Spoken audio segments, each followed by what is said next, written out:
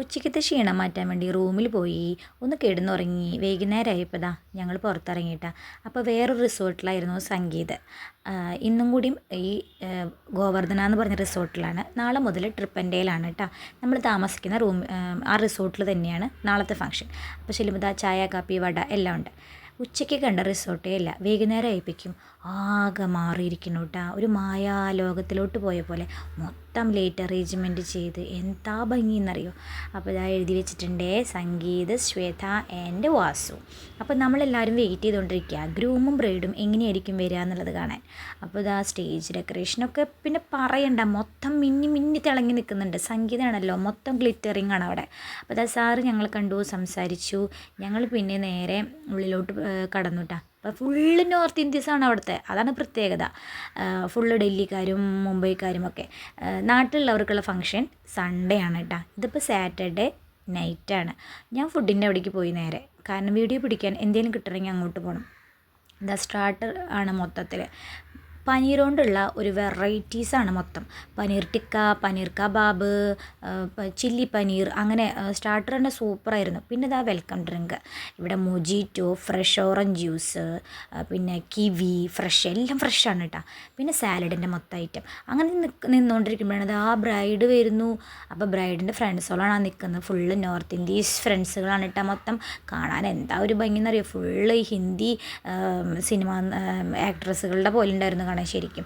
അപ്പോൾ ഇതാ പൂത്തിരിയൊക്കെ വിരിയിച്ച് രണ്ടുപേരും സ്റ്റേജിലോട്ട് പോവുകയാണ് കേട്ടോ. അപ്പോൾ അവരുടെ ഒരു നല്ലൊരു എന്താ പറയുക അറൈവായിരുന്നു അവിടേക്ക്. ശരിക്കും ബ്യൂട്ടിഫുൾ ആയിട്ടുള്ള ബ്രൈഡും ഗ്രൂമും. ശ്വേതയുടെ ഡ്രസ്സൊക്കെ കാണാൻ നല്ല രസമായിരുന്നു കേട്ടോ. അത് കഴിഞ്ഞത് അവർ കണ്ടോ, ഇതൊരു ശരിക്കും പറഞ്ഞ ഒരു റൊമാൻറ്റിക് മൂഡായിരുന്നു അവിടെ മൊത്തം. നല്ലൊരു ഫീൽ ഗുഡായിട്ടുള്ളൊരു സോങ്ങും അവരുടെ ചെറിയ ചെറിയ മൊമെൻറ്റോട് കൂടിയുള്ള ഡാൻസും അടിപൊളി ഉണ്ടായിരുന്നു കേട്ടോ. ശരിക്കും നല്ല, നമ്മളൊരു ഗിഫ്റ്റൊക്കെ മേടിക്കുമ്പോൾ അതിൻ്റെ ഉള്ളിൽ ഒരു ബ്രൈഡും ഗ്രൂമും കൂടുന്ന ഡാൻസ് കളിക്കില്ല, അതുപോലെ എനിക്ക് തോന്നി പെട്ടെന്ന്. അപ്പോൾ ഇതാ ശ്വേത എല്ലാവരെയും ഒരേപോലെ കണ്ട, എല്ലാവരുടെയും അവർക്കൊരു നോർത്ത് ഇന്ത്യൻ കൾച്ചറാണ് ശ്വേതയ്ക്ക് കൂടുതൽ. എല്ലാവരുടെ അനുഗ്രഹം മേടിക്കുന്നുണ്ടായിരുന്നു കേട്ടോ. നല്ലൊരു കൾച്ചറായിട്ട് എനിക്ക് തോന്നി. എല്ലാവരോടും അവൾ ഒരേപോലെയാണ്, വിനയത്തോടു കൂടിയാണ് പെരുമാറണം കണ്ടത്. ഇതൊക്കെ അവളുടെ ചൈൽഡ്ഹുഡ് ഫ്രണ്ട്സാണ് ബോംബെയിലത്തെ. അവരവരുടെ മെമ്മറീസൊക്കെ ഷെയർ ചെയ്യായിരുന്നു. പിന്നെ അതാ ഫ്രണ്ട്സുകളൊക്കെ കൂടി ഡാൻസ് സ്റ്റാർട്ട് ചെയ്തു. അപ്പോൾ ഗ്രൂം ഇങ്ങനെ നോക്കിക്കൊണ്ടിരിക്കുകയാണ് കേട്ടോ. അപ്പോൾ അത് അവർ ഫ്രണ്ട്സായിട്ടുള്ള ഡാൻസാണ്.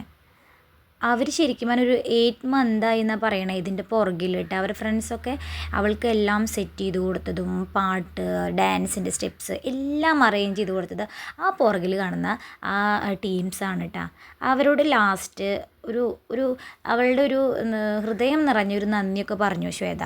കാരണം അത്രയും അവളെ ഹെൽപ്പ് ചെയ്തിട്ടുണ്ടെന്നാണ് പറയണേ. അവൾക്ക് ജോലി ഉണ്ടല്ലോ, അപ്പോൾ ഇതിൻ്റെ പിന്നിൽ നടക്കാനായിട്ട് അവൾക്ക് സമയമില്ല. അപ്പോൾ അവളുടെ ഇങ്ങനത്തെ കാര്യങ്ങളൊക്കെ സെറ്റാക്കിയത് ഫ്രണ്ട്സാന്ന് പറഞ്ഞു കേട്ടോ. ശരിക്കും പറഞ്ഞാൽ ഫ്രണ്ട്സുകളുടെ ആ ഒരു എഫേർട്ട് അതിൽ കാണാനുണ്ടായിരുന്നു. അത്രയും ഭംഗിയായിട്ട് അവർ ഓരോന്നും പ്ലാൻ ചെയ്ത് അവിടെ നടന്നിട്ടുണ്ടായിരുന്നത്. ശ്വേതയുടെ ആണെങ്കിലും ഓരോ മൂമെൻറ്റ്സും അത്രയും പ്ലാൻ ചെയ്തിട്ടാണ് അവർ ചെയ്തു കൊടുത്തിരിക്കണേ. ഡ്രസ്സിങ് ആണെങ്കിലും ശരി, ഓരോരോ എന്താണ് ഫസ്റ്റ് പിന്നെന്താ ലാസ്റ്റ് എന്നൊക്കെയുള്ളത് എല്ലാം ഒരു ഭയങ്കര പ്ലാൻ ചെയ്തിട്ടുള്ളൊരു കല്യാണം. ശരിക്കും ഇവൻറ്റ് മാനേജ്മെൻറ്റിനേക്കാളും പ്ലാനായിരുന്നു തോന്നുന്നുണ്ട് ഇവരുടെയും ശ്വേതയുടെയും ഫ്രണ്ട്സിൻ്റെയും പ്ലാനിട്ടാ. അതിൻ്റെ ഒപ്പം വാസു നിൽക്കുന്നുണ്ട്. എന്തായാലും രണ്ടുപേരും നല്ല മെയ്ഡ് ഫോർ ഈച്ച് അതറാണ് കേട്ടോ. രണ്ടുപേരും ഒരേ വൈബുള്ള കപ്പിൾസ്. അപ്പോൾ അവർ ഇന്നൊന്നും മിസ്റ്റർ ആൻഡ് മിസ്സിസ് ആയിട്ടില്ല, നാളെയാണ് ആ ഒരു ചടങ്ങ്. അപ്പോൾ എല്ലാവരും വെയിറ്റിംഗ് ആണ് കേട്ടോ. എന്തായിരിക്കും ശ്വേതയുടെ കോസ്റ്റ്യൂം, എങ്ങനെയായിരിക്കും അറ്റയർ എന്നൊക്കെ അറിയാൻ വേണ്ടിയിട്ടുള്ള ഇതാണ്. ഒരു ക്ലൂവും ആർക്കും കൊടുത്തിട്ടില്ല, ആർക്കും ഒരു ഐഡിയയും ഇല്ല എന്തായിരിക്കും. ശരിക്കും കണ്ട ഒരു ബാർബി ഡോൾ കിടന്ന് ഡാൻസ് കളിക്കുന്ന പോലെയുണ്ട് ശരിക്കും. മേക്കപ്പ് ആണെങ്കിലും ശരി, എല്ലാതാണെങ്കിലും ശരി. ഇത് കഴിഞ്ഞിട്ട് സാറിനെയും മേഡത്തിനെയൊക്കെ വെച്ചിട്ട് അവൾ ഡാൻസ് കളിച്ചു. അമ്മേനെയും അച്ഛനെയൊക്കെ ഓർമ്മിപ്പിക്കാനുള്ള പാട്ടുകളൊക്കെ വെച്ച് എല്ലാവരും കണ്ണു നിറഞ്ഞു ശരിക്കും കേട്ടോ.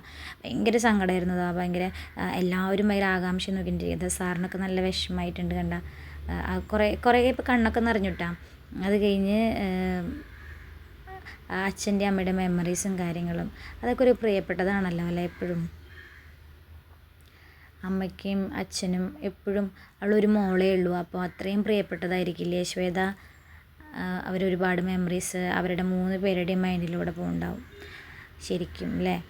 ശ്വേത വളർന്നതും പഠിപ്പും കാര്യങ്ങളും അങ്ങനെ എല്ലാം അവരെ 3 പേരുടെയും മൈൻഡിൽ കൂടെ മാത്രം പോകുന്ന കാര്യങ്ങളായിരിക്കും. അപ്പോൾ അതെല്ലാം അവർക്ക് ഓർമ്മ വന്നുകൊണ്ടായിരിക്കാം. സാറിന് സങ്കടം വന്നു, മാഡത്തിന് സങ്കടം വന്നു. ശരിക്കും നല്ലൊരു ഡോക്ടറാണ് ശ്വേത അവരുടെ. അത് കഴിഞ്ഞപ്പോൾ ദാ മാഡത്തിനെ സ്റ്റേജിലോട്ട് വിളിക്കുന്നുണ്ടായിരുന്നു. കുറച്ച് നേരം അവളുടെ ഡാൻസ് ഉണ്ടായിരുന്നിട്ട് ഒരു 10 മിനിറ്റോളം ഉണ്ടായിരുന്നു ഡാൻസ്. ആ ഡ്രസ്സ് ഇട്ടിട്ട് ശ്വേത കളിക്കാൻ കാണിച്ച ആ ഒരു മനസ്സ്, അത്രയും വെയിറ്റുള്ള ഡ്രസ്സ് വെച്ചിട്ട് അവൾ അഡ്ജസ്റ്റ് ചെയ്ത് കളിച്ചു. എനർജറ്റിക് ആയിട്ടുള്ള ഒരു ബ്രൈഡ് തന്നെയായിരുന്നു. പിന്നെ മാഡവും അവളും കൂടിയിട്ടുള്ളൊരു ഡാൻസ്, മോം ഡോട്ടർ കോംബോ.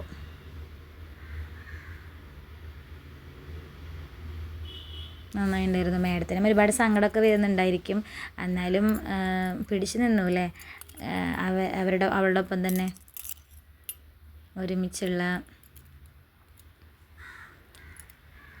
ശരിക്കും എല്ലാ അമ്മമാർക്കും അവരുടെ മകൾ എപ്പോഴും സ്പെഷ്യലായിരിക്കും അല്ലേ? പിന്നെ അവരുടെ വിവാഹം എന്ന് പറഞ്ഞാൽ പിന്നെ പറയണ്ട. ശരിക്കും നല്ലൊരു മൂഡ് തന്നെയായിരുന്നു കേട്ടോ അവിടെ. അത് കഴിഞ്ഞത് അവരുടെ ഫാമിലിയാണ്, മാഡത്തിൻ്റെ ഫാമിലിയാണ് അതൊക്കെ. അവരായിട്ടുള്ള ചെറിയൊരു ഡാൻസും കാര്യങ്ങളൊക്കെ ആയപ്പോൾ വേറൊരു വൈബായി. പിന്നെ എല്ലാം കഴിഞ്ഞൊരു ഡി ജെ പാർട്ടി എന്ന് പറഞ്ഞു കഴിഞ്ഞിട്ടുണ്ടെങ്കിൽ എല്ലാവരും കൂടിയിട്ടുള്ളൊരു അടിച്ച് പൊളിയായിരുന്നു. അത് കഴിഞ്ഞപ്പോൾ നീലെണ്ണ അതിൻ്റെ ഒപ്പം തുള്ളുന്നുണ്ടേ. പിള്ളേരെ നീലെണ്ണം കൂടി ഒരേ കളിയായിരുന്നു. പിന്നെ വലിച്ചു പിടിച്ച് ഭക്ഷണം കഴിക്കാമെന്ന് പറഞ്ഞ് കൊണ്ടുവന്നു. ഭക്ഷണം കഴിക്കുന്നിടത്ത് ഇരുന്നിട്ടും 3 കൂടി ഡാൻസ്. ഭക്ഷണം എന്തായാലും ഡാൻസ് കളിച്ച് ഭക്ഷണം നന്നായി ഇറങ്ങണ്ടായിരുന്നു, അതുകൊണ്ട് കുഴപ്പമില്ല. അവിടെ പാട്ട് നിൽക്കണ കാണാനില്ലേ? സമയം 11 മണി ആയിട്ടുണ്ട് വൈൻഡപ്പ് ആവുമ്പോൾ, എന്നിട്ടും പാട്ട് നിൽക്കണില്ല അവിടെ. അവസാനം ഞാൻ നിർത്തി ഭക്ഷണം കഴിക്കുന്നൊക്കെ പറഞ്ഞ് ഒക്കേനും പിടിച്ച് ഭക്ഷണം കഴിപ്പിച്ച് ഞങ്ങളിപ്പോൾ അതൊക്കെ അവിടെ നിന്ന് പോന്നു. രാത്രി അവിടെ നിന്ന് വണ്ടിയുണ്ട് ട്രിപ്പൻ്റെയിലോട്ട് പോകാൻ. അപ്പോൾ ഞങ്ങൾ തിരിച്ച് വണ്ടി കയറാൻ വേണ്ടി വരുന്ന വഴിയിൽ ആ സ്വിമ്മിംഗ് പൂളിൻ്റെ അവിടെ കുറച്ച് നേരം നിന്നു. അവിടുത്തെ കണ്ട നല്ല ലൈറ്റ് കൊണ്ടൊക്കെ നല്ല മനോഹരമായിട്ടുള്ളൊരു കാഴ്ച തന്നെയായിരുന്നു. അത് കഴിഞ്ഞ് ഞങ്ങൾ വണ്ടിയിൽ കയറി ഞങ്ങൾ റൂമെത്തിയിട്ടും ആ സംഗീതിൻ്റെ വൈബ് അവിടെ നിൽക്കണേ ഉണ്ടായിരുന്നില്ല. ഒരുത്തൻ കെടുക്കാനുള്ള സെറ്റപ്പ് റെഡിയാക്കിക്കൊണ്ടിരിക്കുമ്പോഴും ഡാൻസ് കളിച്ചുകൊണ്ടിരിക്കുക. അപ്പോൾ നാളെ കാണാം.